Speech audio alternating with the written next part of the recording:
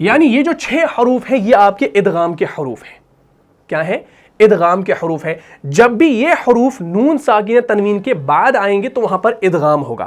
پھر ادغام کی کون سی قسم ہوگی وہ ابھی میں انشاءاللہ آپ کو سمجھاؤں گا. لیکن آپ نے یہ یاد رکھنا ہے کہ بھائی یہ جو 6 کے 6 حروف ہیں جب بھی یہ قرآن میں نون ساکنہ تنوین کے بعد آئیں گے تو وہاں پر ادغام ہوگا. اور ادغام کسے کہا جاتا ہے وہ میں نے ابھی آپ کو اس سے پہلے سمجھایا, لغوی معنی کے ذریعے اور اصطلاحی تجوید کے ذریعے. کلیئر ہوگی بات؟ بہت اچھا. تو جب بھی نون ساکنہ تنوین کے بعد حروف یرملون یعنی یا را میم لام واو نون آ جائے تو وہاں پر ادغام ہوگا. اور جب بھی یہ حروف نون ساکنہ تنوین کے بعد آئیں گے تو لازماً آپ دیکھیے گا ان کے اوپر شد بھی ہوگی. اور یہ شد کیوں ہوتی ہے؟ کیونکہ ہم نے ان کو ملانا ہوتا ہے, مرج کرنا ہوتا ہے, ٹوائس ادا کرنا ہوتا ہے, اس وجہ سے ہم شد کی صورت میں اس کو ادا کرتے ہیں. تو یہ رول آپ کو سمجھ میں آ گیا. تو وہاں پر ادغام ہوگا. لیکن اس میں آپ نے 2 چیزوں کا خیال رکھنا ہے, یعنی 2 حروف کا خیال رکھنا ہے. ایک تو آپ نے را کا خیال رکھنا ہے اور لام کا خیال رکھنا ہے. لام اور را میں بغیر غنہ کے ادغام ہوگا اور باقی جو 4 ہیں یا میم واو نون ان میں آپ نے غنہ کے ساتھ ادغام کرنا ہے. بس یہ آپ نے یاد رکھنا ہے. یعنی لام اور را جو ہے نا ان کو آپ سائیڈ میں رکھیں گے فی الحال. اگر آپ یا میم نون واو لیں گے تو ہم اس کو الگ سے اگر اس کا مجموعہ بنائیں گے نا ہم اس کو ایسے ینمو والا بھی مجموعہ بنا سکتے ہیں یا ہم اس کو یومنو بھی بنا سکتے ہیں. یعنی یاد رکھنے کے لیے جیسے ہم نے یرملون میں 6 حروف یاد رکھے ویسے ینمو میں 4 حروف یاد رکھے جا سکتے اور یومنو میں 4 حروف. یعنی یا نون میم واو یا واو میم نون ایک ہی بات ہے, دونوں ایک ہی ہے. تو یہ جو 4 حروف ہیں ان میں جو آپ ادغام کریں گے نا وہ آپ یاد رکھنا ادغام وہ ہوگا مع غنہ کے ساتھ. اور جب بھی غنہ کی بات آئے گی تو ناک میں آواز لے جانی ہے, آواز کو کھینچنا ہے. لیکن را اور لام میں ادغام ہوگا لیکن غنہ کے بغیر ہوگا. اس میں آپ نے آواز نہیں کھینچنی, اس میں آپ نے جو ہے ناک میں آواز نہیں لے جانی, غنہ نہیں کرنا. بات کر رہا ہوگی. مثال کے طور پر اب میں آپ کو مثال دینے لگا ہوں, بات کو سمجھنا. دیکھیں میں یہاں پر لکھوں گا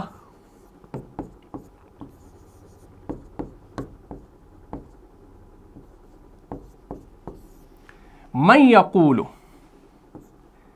کیا لکھا میں نے بھائی؟ دھیان رکھیں میں نے یہاں پر نون ساکن کے بعد یا کو لایا یا کو شد کے ساتھ ہے, زبر کے ساتھ ہے. نون ساکن کے بعد جب یا آ جاتا ہے تو ادغام ہوتا ہے نا, یہ تو کنفرم ہے ادغام ہوتا ہے. لیکن ادغام کون سا والا ہوگا؟ میں نے ابھی سمجھایا کہ جب یا میم نون واو آ جائے نون ساکن تنوین کے بعد تو وہاں پر ادغام ہوگا غنہ کے ساتھ. یعنی آپ میں ناک میں آواز بھی لے جانی ہے, آپ نے اس آواز کو کھینچنا بھی ہے, اس کی الگ ایک مقدار ہوگی کھینچنے کی. لیکن را اور لام جب نون یا تنوین کے بعد آئیں گے تو وہاں پر کھینچنا نہیں ہے, ٹو دا پوائنٹ آپ نے اس کو ادا کرنا ہے. ہاں اس میں زیادہ تاخیر آپ نے نہیں کرنی. لیکن ہم اس کو کیسے پڑھیں گے؟ من یقول. آپ اس کو شارٹ نہیں کریں گے لام اور را کی طرح. من یقول آپ نے کبھی نہیں سنا ہوگا من یقول, ہے نا سورہ بقرہ کی آیت نمبر 8 کیا ہے؟ اعوذ باللہ من الشیطان الرجیم ومن الناس من یقول. تو کوئی آپ نے ایسا سنا ہے کوئی پڑھ رہا ہے ومن الناس من یقول؟ نہیں, وہ پڑھتا ہے ومن الناس من یقول آمنا باللہ وبالیوم الآخر وما هم بمؤمنین. یا اسی طریقے سے نون ساکنہ تنوین کے بعد واو آ جائے جیسے صیحۃ واحدہ ہے, سورہ یاسین کے اندر آتا ہے نا آیت نمبر 53 کے اندر ان كانت الا صیحۃ واحدہ صیحۃ واحدہ. کبھی آپ نے نہیں سنا ہوگا ان كانت الا صیحۃ واحدہ, نہیں, صیحۃ واحدہ فَإِذَا هُمْ جَمِيعٌ لَدَيْنَا مُحْضَرُونَ. پھر آگے آپ دیکھتے ہیں جمیع لدینا کیسے. یہ دیکھیں 2 مثالیں میں نے آپ کو دی یہاں پر, دونوں کو میں سامنے رکھتا ہوں. پہلی والی مثال اور سورہ یاسین سے جو میں نے مثال دی وہ بھی میں یہاں پر سامنے رکھتا ہوں. یہ دیکھیں سورہ یاسین کی بھی ہے, سورہ بقرہ کی بھی ہے, دونوں مثالوں کو دیکھیں. یہاں پر نون ساکن کے بعد یا آ گیا تو یہاں پر آپ کا ادغام ہوگا لیکن غنہ کے ساتھ. وَمِنَ النَّاسِ مَن, تو میں نے اس کو کھینچا, مَن یَقُولُ آمَنَّا. اب یہاں پر دیکھیں یہاں پر تنوین کے بعد آ گیا واو تو اس کو بھی کھینچا جائے گا. إِن كَانَتْ إِلَّا صَيْحَةً وَاحِدَةً کلیئر ہوگی بات. لیکن آگے آپ دیکھیں گے یہاں پر تنوین کے بعد کیا آ رہا ہے, لام آ رہا ہے. اور ابھی میں نے کہا کہ لام اور را جو ہے اس میں بھی ادغام ہوگا جب یہ نون ساکن اور تنوین کے بعد آئیں گے, لیکن غنہ کے بغیر ہوگا, جس کو ہم ادغام کامل کہتے ہیں, مکمل ادغام ہوگا. یہاں پر کیا ہو رہا ہے, یہاں پر ادغام ناقص ہو رہا ہے, ادھورا ادغام ہو رہا ہے, کیونکہ ہم اس کو چھپا رہے ہیں ناک کے اندر. ہاں لیکن یہاں پر لام اور را میں نہیں چھپایا جاتا, بالکل اس کو ہم مرج کر دیتے ہیں, پورا ملا دیتے ہیں. جیسے واحدتاً, یہاں پر اخفا ہے یہ, ٹھیک ہے, یہ ادغام نہیں ہے. واحدتاً فاذا هم جميع لدينا محضرون. ہم یہاں پر کیا پڑھتے ہیں, جميع لدينا, ہم ایسا نہیں کرتے جميع کیا کبھی کسی نے, نہیں, ہم جميع نہیں کرتے, ہم پڑھتے جميع لدينا محضرون. تو ہم لام کو جلدی سے ادا کرتے ہیں, کیوں, کیونکہ اس میں ادغام ہوتا ہے بغیر غنہ کے. اور یہاں پر ہم کیا کرتے ہیں, غنہ کے ساتھ من یقول, یا اسی طرح سے صیحة واحدة فإذا هم جميع لدينا محضرون. یا اسی طریقے سے کہیں پر آتا ہے الم, نون ساکن کے بعد لام آ گیا, جیسے سورہ بقرہ کے اندر ہے فَإِن لَمْ تَفْعَلُوا وَلَن تَفْعَلُوا فَإِن لَمْ. اب دیکھیں فَإِن لَمْ میں ہم نے جلدی سے اس کو ادا کر دیا, سورہ بقرہ کے اندر آیا ہے نا, یہ دیکھیں دھیان سے, سورہ بقرہ کے اندر ہے, یہ آیت نمبر 24 ہے, اس کو دھیان میں رکھیے گا, یہ بھی آپ سمجھ لیجیے گا. نون ساکن کے بعد لام آ گیا, اب یہاں پر ادغام ہوگا لیکن غنہ کے بغیر, ادغام کامل ہوگا. فَإِن لَمْ تَفْعَلُوا وَلَن تَفْعَلُوا فَاتَّقُوا النَّارَ الَّتِي وَقُودُهَا النَّاسُ. فَإِن لَمْ, ہم اس کو کھینچتے نہیں ہے, فَإِن لَمْ, کوئی اگر ایسا کر رہا ہے تو یہ مکروہ ہے. ہاں تو قرآن میں جب آپ نے زینت کو برقرار رکھنا ہے نا, تو ادغام, اخفا, اظہار, اقلاب, ان کا رول آپ کو معلوم ہونا چاہیے. ٹھیک ہے جی, ہاں یہ بات آپ نے سمجھی ہے. تو اگر آپ اس کو پڑھیں گے نا کہیں پر فَإِن لَمْ تَفْعَلُوا, تو یہ سیدھا لگے گا کہ آپ ناقص ادا کر رہے ہیں اس کو, یعنی آپ اس کو ناقص ادا کر رہے ہیں, آپ اس کو صحیح سے ادا نہیں کر رہے, اور اس میں زینت بھی برقرار نہیں رہتی.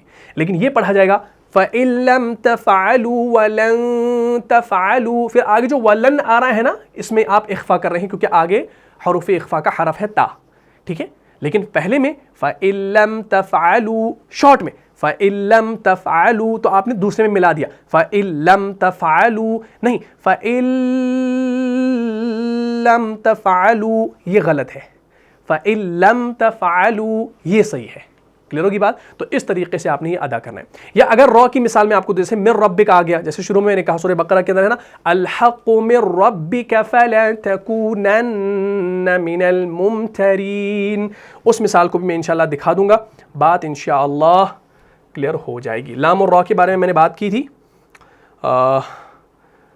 جیسے ہمارے پاس وہ مثال تو ہے نہیں یہاں پہ, خیر جیسے قرآن میں آپ دیکھیے گا, یہ آپ کو غالباً سورہ بقرہ کے اندر ہی ملتا ہے, آیت نمبر 147, الحق من ربک فلا تکونن من الممترین. آپ ایسے نہیں پڑھیں گے الحق من ربک, تو آپ وہاں پر موٹر سائیکل کی آواز نکالنے لگیں گے, تو یہ بالکل ناقص ہے. الحق من ربک, من ربک, سیدھا را کو ادا کرنا ہے, مرج کرنا ہے, نون ساکن کو را کے اندر ملایا, مرج کر دیا بغیر غنہ کے, تو یہ ادا ہو گیا, ادغام ہو گیا, ادغام کامل ہو گیا. لیکن اگر آپ اس میں بھی ادغام ناقص کرنے لگے تو یہ کیا بنے گا, الحق من ربک فلا تکونن من الممترین, تو یہ طریقہ غلط ہے. تو اسے ہم ادغام یرملون کہتے ہیں. امید کرتا ہوں یہ جو یرملون میں نے آپ کو سمجھایا یہاں پر, یہ آپ کو سمجھ میں آ گیا ہوگا. لیکن اب ایک چیز آپ نے ذہن میں اور رکھنی ہے, ادغام یرملون کی شرط ہے, اس شرط کو آپ نے یاد رکھنا ہے. یہ آپ کو سمجھ میں آ گیا. چلیں دیکھیں جی, میں یہاں پر دے دیتا ہوں ایک ہیڈنگ, ادغام یرملون کی شرط. اس شرط سے انشاءاللہ آپ کو کافی فائدہ ہوگا جب آپ کو یہ یاد ہوگا. شرط کیا ہے, آپ اتنا یاد رکھیں گے کہ ادغام یرملون کے لیے ضروری ہے, لازم ہے, ہاں کمپلسری ہے. ادغام یرملون کے لیے ضروری ہے کہ نون ساکن اور تنوین کے بعد حروف یرملون جو آئے نا, وہ بعد والے کلمے میں آئے, وہ دوسرے کلمے میں ہو. ہاں میں یہاں پر لکھوں گا ادغام یرملون کے لیے ضروری ہے کہ کیا ضروری ہے؟ اس کے لیے ضروری ہے کہ نون ساکن یا تنوین کے بعد یرملون یعنی حروف یرملون بعد والے کلمے میں ہوں. اس کو نوٹ کر لیجیے گا, یہ بڑا امپورٹنٹ پوائنٹ ہے. ادغام یرملون کی شرط آپ نے یاد رکھنی ہے کہ ادغام یرملون کے لیے ضروری ہے, لازم ہے, کمپلسری ہے کہ نون ساکن یا تنوین کے بعد جو حروف یرملون ہوں گے یعنی یا, را, میم, لام, واو, نون, یہ دوسرے کلمے میں ہو, یہ اسی کلمے میں نہ ہو. مثال کے طور پر جیسے ہم نے ابھی آپ کو کیا مثال دی, جیسے ہم نے لکھا من یقول, تو یہاں پر ادغام ہوگا, ٹھیک. یا آپ نے کہیں پہ لکھا صیحتن, تو یہاں پر صیحتن الگ تھا اور واحدتن الگ تھا. من یہاں پر الگ ہے اور یقول الگ, یعنی من الگ ہے, یقول الگ ہے. نون ساکن من میں ہے اور یقول, اور یا جو ہے وہ یقولو میں ہے. یعنی آپ نے یہ چیز دھیان میں رکھنی ہے کہ یرملون کے جو حروف ہوں گے نا, یہ نون ساکن و تنوین کے بعد آنے چاہیے, لیکن اسی کلمے میں نہیں بلکہ دوسرے کلمے میں. یہ کمپلسری ہے. کلیئر ہوگی بات؟ تو امید کرتا ہوں یہ آپ نے سمجھ لیا ہوگا. اس کا بھی آپ اسکرین شاٹ لے سکتے ہیں. لے لیا بھائی؟ چلے اس کو میں مٹا دیتا ہوں یا دوسرے پیج پہ آتا ہوں تاکہ بات سمجھنی آسان ہو. اب ہم یہاں پر جانیں گے ادغام کی اقسام. میں یہاں پر ہیڈنگ دوں گا ادغام کی اقسام. ادغام کی جو ہے نا دو قسمیں ہیں, ادغام کی دو قسمیں ہیں. سمپل. کون کون سی؟ جس کو ہم کہتے ہیں ادغام مع الغنہ اور ادغام بلا غنہ. ٹھیک ہے جی, ادغام مع الغنہ اور ادغام بلا غنہ, یعنی ادغام غنہ کے ساتھ اور ادغام بغیر غنہ کے. کلیئر ہوگی بات؟ تو یہ چیز آپ نے یاد رکھنی ہے. لیکن اس کا الگ سے ایک نام بھی ہے جو آپ نے کتابوں کے اندر پڑھا ہوگا, وہ یہ ہے ادغام مع الغنہ, یعنی جو غنہ کے ساتھ جو ادغام ہوتا ہے اسے ہم کہتے ہیں ادغام ناقص. ٹھیک ہے جی. اور ادغام بلا غنہ یعنی جو بغیر غنہ کے ہوتا ہے, جس میں کوئی غنہ نہیں ہوتا, اسے ہم کہتے ہیں ادغام کامل. ٹھیک. اب سمپل یہاں پر یہ بھی آپ ٹو دا پوائنٹ سمجھ لیجئے. ادغام ناقص جو ہوگا نا وہ 4 میں ہوگا, یا, نون, میم اور واو. ٹھیک ہے. اور ادغام کامل 2 میں, را اور لام. بات ختم ہوگی بھائی, یہیں پر ٹاپک سمجھ میں آ گیا پورا. یہ 2 قسمیں یہ ہے ادغام کی, ادغام ناقص اور ادغام کامل. جب بھی نون ساکن تنوین کے بعد یا, نون, میم, واو آ جائے گا تو وہاں پر آپ نے غنہ کے ساتھ اس کو ادا کرنا ہے, تب جا کے وہ مکمل ادغام کہلایا جائے گا, یعنی ادغام ناقص ہوگا. لیکن جب نون ساکن تنوین کے بعد را اور لام آ جائے تو وہاں پر آپ نے ادغام کرنا ہے, لیکن کھینچنا نہیں ہے, غنہ نہیں کرنا ہے. کلیئر ہوگی بات؟ تو یہ چیز انشاءاللہ آپ نے یاد رکھنی ہے.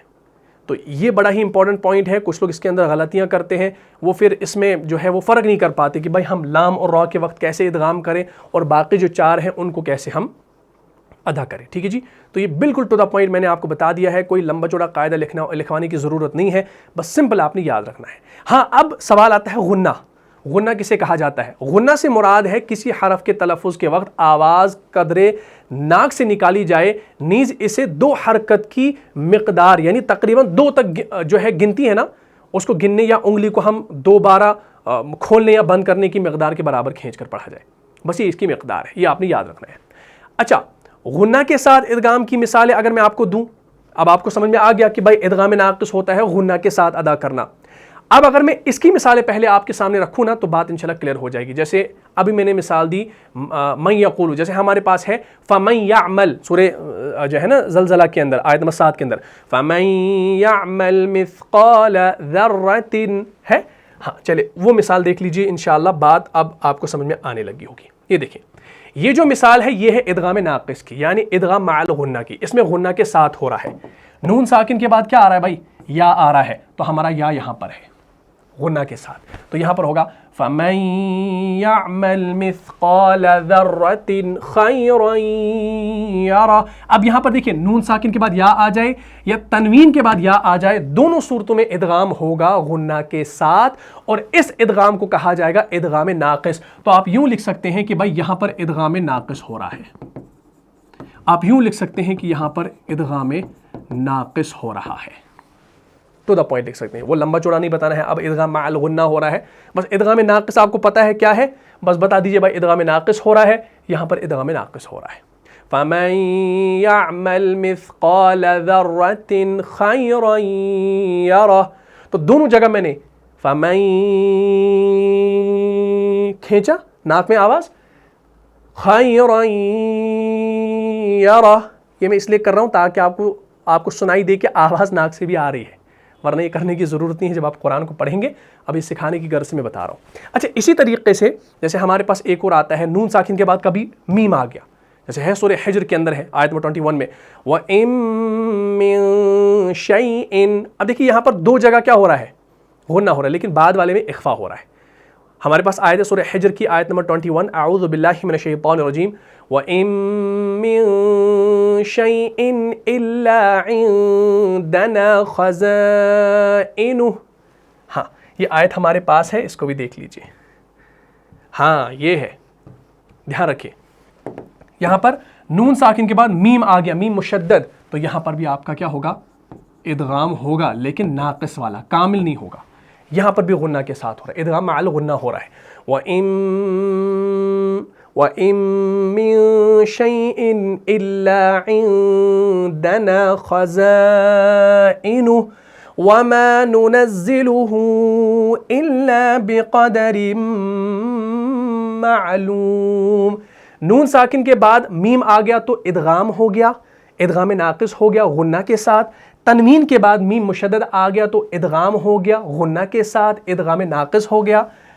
نُنَزِّلُهُ إِلَّا بِقَدَرٍ معلوم.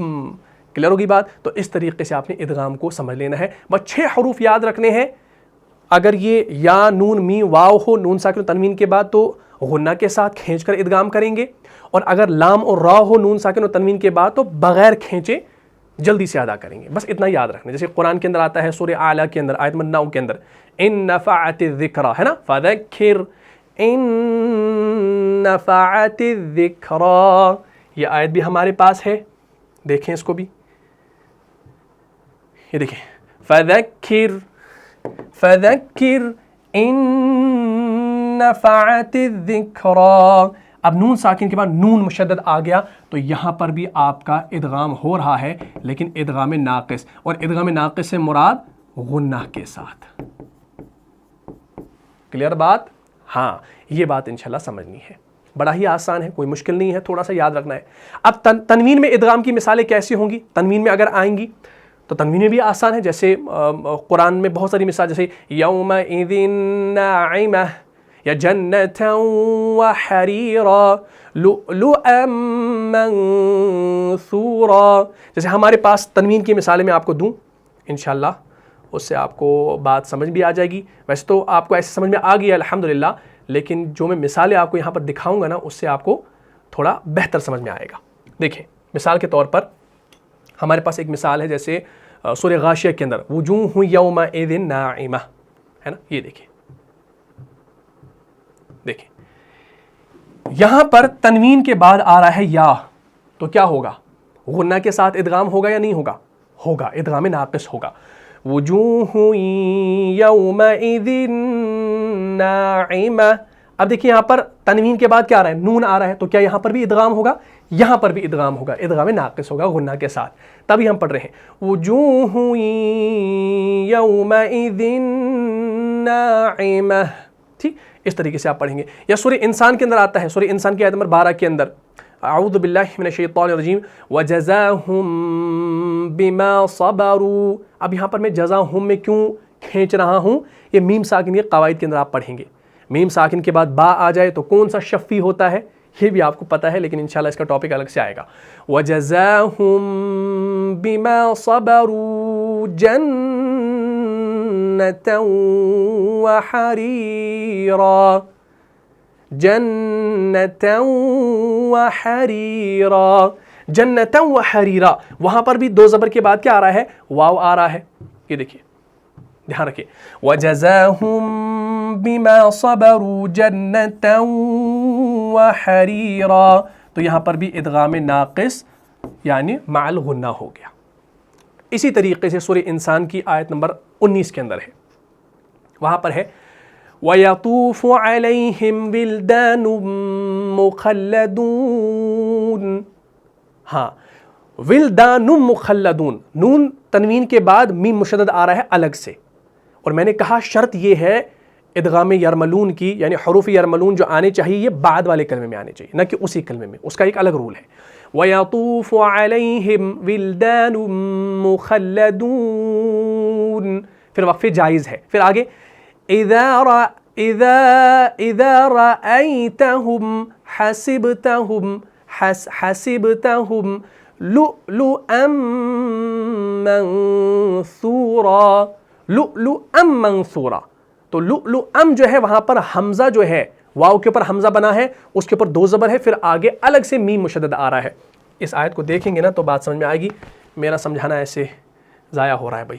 دیکھیں آپ وَيَطُوفُ عَلَيْهِمْ وِلْدَانٌ مُخَلَّدُونَ، پھر وقفے جائز ہے. ٹھیک ہے، رکے آپ یہاں پر. تو یہاں پر ہو گیا ادغام ناقص، آسان ہے بھائی، غنہ کے ساتھ. اِذَا رَأَيْتَهُمْ حَسِبْتَهُمْ لُؤْلُؤًا مَنثُورًا، تو یہاں پر حمزہ ہے، اس کے اوپر دو زبر ہے، اور بعد والا جو کلمہ شروع ہو رہا ہے وہ میم مشدد سے ہو رہا ہے. تو جب بھی یا میم نون واو آ جائے نون ساکنہ تنوین کے بعد تو ادغام ہوگا غنہ کے ساتھ، جسے ادغام ناقص کہا جاتا ہے. ہاں، وَيَطُوفُ عَلَيْهِمْ وِلْدَانٌ مُخَلَّدُونَ اِذَا رَأَيْتَهُمْ حَسِبْتَهُمْ لُؤْلُؤًا مَنثُورًا. ٹھیک، یہ بات یہاں تک کلیئر ہوگی. بہت اچھا. اب چلیے تھوڑا سا آگے میں بتا دوں. آپ نے جو ہے ابھی ادغام کی شرط جانی نا، یعنی ادغام یرملون کی جو شرط ہم نے ابھی جانی کہ ادغام یرملون کے لیے ضروری ہے کہ نون ساکن و تنوین کے بعد حروف یرملون کہاں ہو؟ دوسرے کلمے میں ہو. اور اس کے برعکس اگر نون ساکن اور حرف ادغام دونوں ایک ہی کلمے میں ہو. یہ سوال آپ کے ذہن میں آیا ہوگا تب جب میں نے کہا کہ یہ لازم ہے کہ ادغام کے جو حروف ہیں یہ بعد والے کلمے میں ہو، نون ساکن و تنوین کے بعد.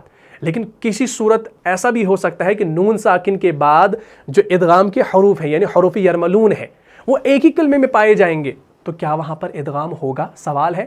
تو اس کا کھلا جواب یہ ہے کہ وہاں پر ادغام نہیں ہوگا بلکہ اظہار ہوگا. لیکن اب وہاں پر ایک اور سوال پیدا ہوگا، بھائی وہاں پر کون سا اظہار ہوگا؟ ہم نے تو اظہار پہلے پڑھا ہے، اظہار حلقی والا، لیکن وہ اظہار حلقی ہے، یہ اظہار مطلق ہے.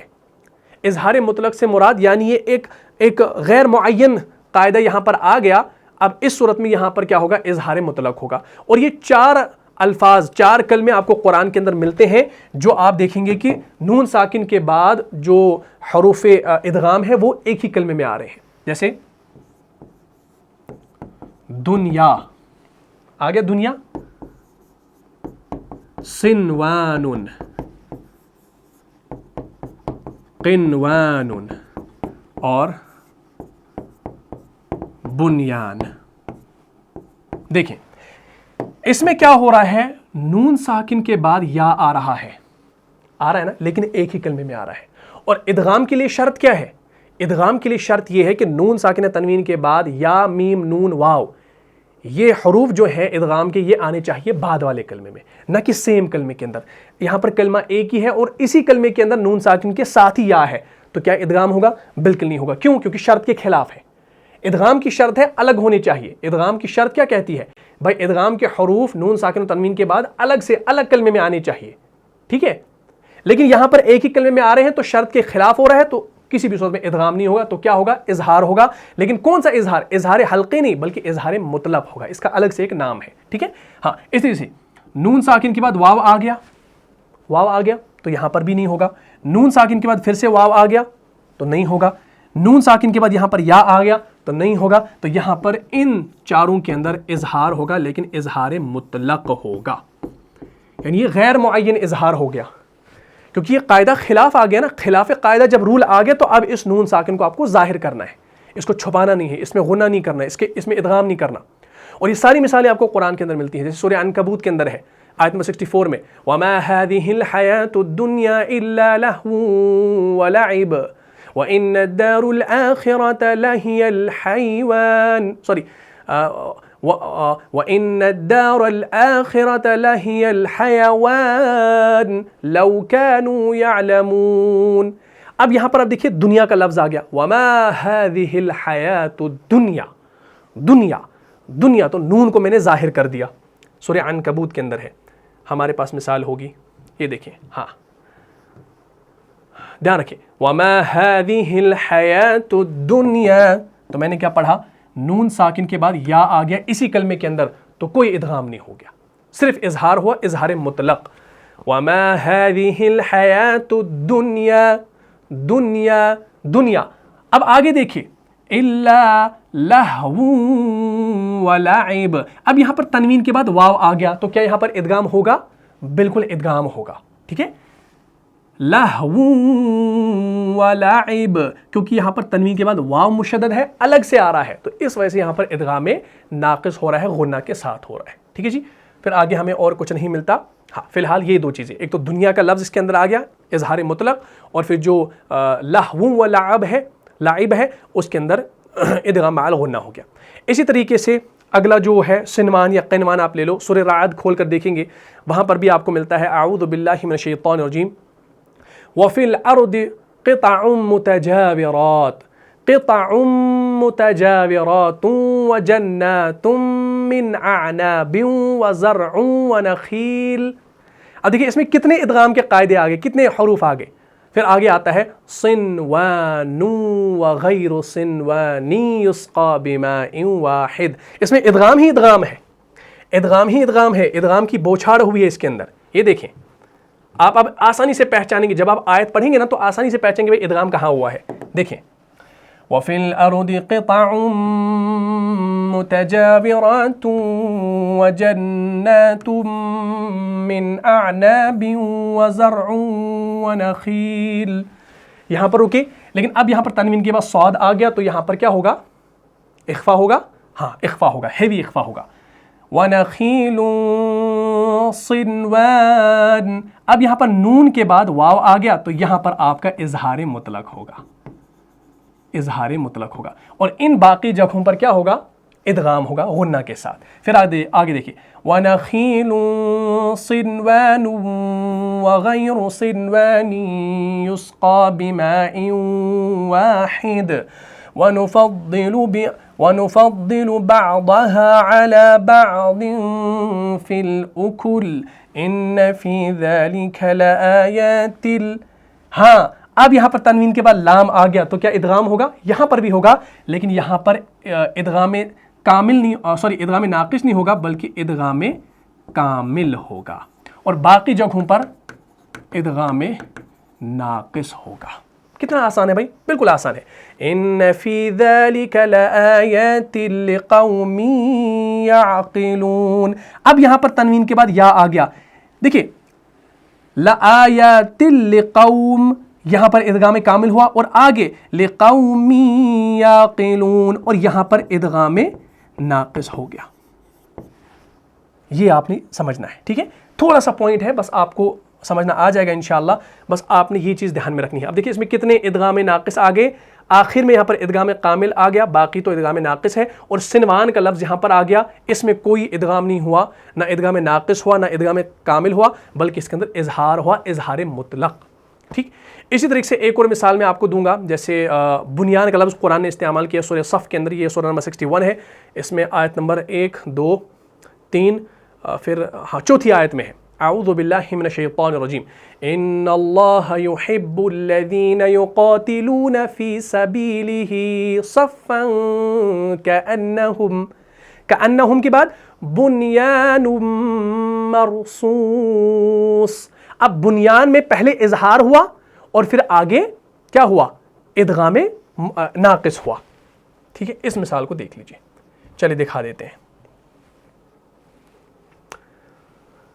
ارے بھائی کہاں گیا، چلیے وہ آیت ہمارے پاس نہیں ہے، ٹھیک ہے نا، بدقسمتی سے، تو چلیے اس کو دیکھ لیجیے گا، سورہ صف کی آیت نمبر 4 ہے، ان اللہ یحب الذین یقاتلون فی سبیلہ صفا کأنہم بنیان مرصوص، تو بنیان میں پہلے اظہار ہوا، اظہار مطلق، پھر مرصوص میں کیا ہوا، یعنی نون تنوین کے بعد نون جو ہے تنوین ضمہ کے ساتھ ہے، پھر آگے میم مشدد ہے، مرصوص مشدد ہے، تو وہاں پر ادغام یہ ہوا۔ اچھا اس طریقے سے ایک اور لفظ ہمارے پاس ہے جو ہم نے ابھی دیکھا وہ کیا ہے بھائی؟ وہ ہے قنوان. تو قنوان، ہاں یہ دیکھیے قنوان کا لفظ یہاں پر ہے، یہ دیکھیے قنوان کا لفظ، یہ ہے قنوان کا لفظ. یہ بھی آپ دیکھیں گے نون ساکن کے بعد وہاں پر واو آ رہا ہے، تو اس صورت میں بھی آپ کیا دیکھیں گے؟ اظہار ہو رہا ہے، اظہار مطلق ہو رہا ہے. تو یہ آیت ہے جیسے هو الذي انزل من السماء ماء فاخرجنا به نبات كل شيء فاخرجنا منه خضرا نخرج منه حبا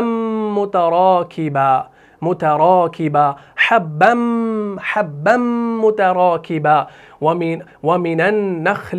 ومن النخل من طلعها قنوان دانية وجنات من أعناب والزيتون. اب دیکھیے یہاں پر کتنے ادغام آگے. قنوان کے بعد تو دال ہے تو اخفا ہو گیا، یہاں پر ہے دانیۃ جنات اعناب، تو یہاں پر ادغام ناقص ادغام ناقص ادغام ناقص، لیکن یہاں پر اظہار مطلق قنوان میں. کلیئر ہوگی بات؟ یہ بالکل آسان ہے، کوئی مشکل نہیں ہے. اور ادغام بلا غنہ آپ کو کون سا ہے بھائی؟ جو غنہ کے بغیر ہوتا ہے، یعنی نون ساکن تنوین کے بعد اگر جو لام اور را ہے وہ آ جائے تو اس صورت میں نون ساکن تنوین کو اس کے بعد آنے والے اس حرف ادغام یعنی لام اور را میں ادغام کر کے پڑھا جائے گا، اور اس ادغام کو بغیر غنہ کے پڑھا جائے گا، یعنی نہ تو ناک میں تلفظ ہوگا اور نہ ہی اسے کھینچ کر پڑھا جائے گا، بلکہ مکمل ادغام ہوگا، کامل ادغام ہوگا. اور بلا غنہ کی مثالیں بھی قرآن کے اندر ہے، جیسے من لدنا ہے، سورہ آل عمران کے اندر آتا ہے اعوذ باللہ من الشیطان الرجیم ربنا لا تزغ قلوبنا بعد اذ هديتنا وهب لنا من لدنك رحمة انك انت الوهاب، ہے نا؟ وهب لنا من لدنك ہے، اس کو دیکھ لیجئے. یہ دیکھیں ربنا لا تزغ قلوبنا بعد اذ هديتنا وهب لنا من لدنك، نون ساکن کے بعد لام آ گیا تو یہاں پر ادغام ہوا، لیکن ادغام کامل ہوا، ادغام ناقص نہیں ہوا، جلدی سے ادا ہو گیا، کوئی ہم نے اس پہ کھینچا نہیں. یہ سورہ ہمزہ ہے، پہلی آیت وَيْلٌ لِكُلِّ هُمَزَةٍ لُمَزَةٍ، ہم نہیں کرتے ہیں وَيْلٌ لِكُلِّ هُمَزَةٍ لُمَزَةٍ، اس طریقے سے ہم نہیں پڑھتے، یہ بھی ہمارے پاس موجود ہے، اس کو دیکھ لیجئے. دیکھیں وَيْلٌ لِكُلِّ هُمَزَةٍ لُمَزَةٍ، تو ادغام ہوا لیکن ادغام کامل ہوا، کوئی غنہ نہیں ہوا، ٹھیک ہے، کامل ادغام ہوا. اسی طریقے سے را میں ادغام کی مثال جیسے قال نوح رب العالمین یا قال نوح رب انہم عصونی واتبعوا، یہ آیت بھی ہمارے پاس ہے، اس میں بھی دیکھ لیجئے. یہ دیکھیں قال نوح الرب انہم عصونی واتبعوا من لم، دیکھیں نون ساکن پر لام آ گیا تو یہاں پر ادغام ہوا لیکن ادغام کامل ہوا. یہاں پر تنوین کے بعد را آ گیا لیکن ادغام ہوا، ادغام کامل ہوا، کھینچا نہیں، غنہ نہیں کیا، ٹھیک ہے نا. یزدہ مالہ وولدہ الا خسارا، ٹھیک ہے جی. تو یہ چیز انشاءاللہ اب آپ کو سمجھ میں آ گئی کہ ادغام ہوتا کیسے ہے. ایک اور مثال آپ کو دوں، جیسے سورہ بقرہ کے اندر ہے فَإِنِ انْتَهَوْا فَإِنَّ اللَّهَ غَفُورٌ رَحِيمٌ، غفور الرحیم یہ مثال ہے.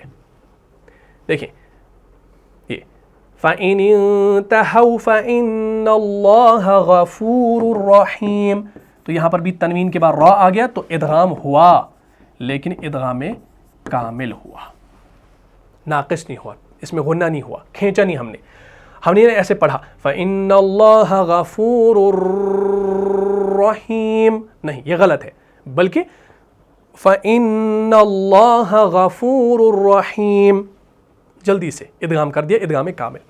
تو یہ الحمدللہ آپ نے سمجھ لیا. بس سمپل یاد رکھیں کہ را اور لام میں ادغام ہوگا لیکن ادغام کامل مکمل ادغام ہوگا، مکمل مرج ہوگا. اور ادغام ناقص کہتے کسے ہیں؟ ناقص ہم کہتے ہیں جس میں نقص ہو، اور جب ادغام ناقص آ گیا یعنی اس میں ادغام ہو رہا ہے لیکن اس میں نقص ہے. نقص کیا ہے؟ وہ مکمل نہیں ہو رہا، کیونکہ اس میں نون ساکن کی آواز بھی آ رہی ہے. ادغام کامل ہو گیا، مکمل ادغام، مکمل مرج ہونا تاکہ کوئی ایکسٹرا آواز نہ آئے. لیکن ادغام ناقص میں ایکسٹرا آواز آ رہی ہے نون کی، جو ہم غنہ کی آواز غنہ کی صورت میں ادا کرتے ہیں. من یقول جنتا وحریرا استووا، تو ایکسٹرا ایک آواز آ رہی ہے تو اس لیے وہ ناقص ہے. لیکن کامل کیا ہے؟ جیسے من ربک، من ربک، من ربک، اس میں کوئی ایکسٹرا آواز نہیں آتی، مکمل ادغام ہو رہا ہے، اس لیے اس کو ہم ادغام کامل کہتے ہیں. تو الحمدللہ ادغام کا جو ٹاپک ہے یہ آپ کو کلیئر ہو گیا ہوگا. اب قرآن میں آپ نے یہی چیز لے کر چلنا ہے. یہ 6 حروف ہیں، نون ساکن تنوین کے بعد یہ 6 حروف آ جائیں تو وہاں پر ادغام ہوگا.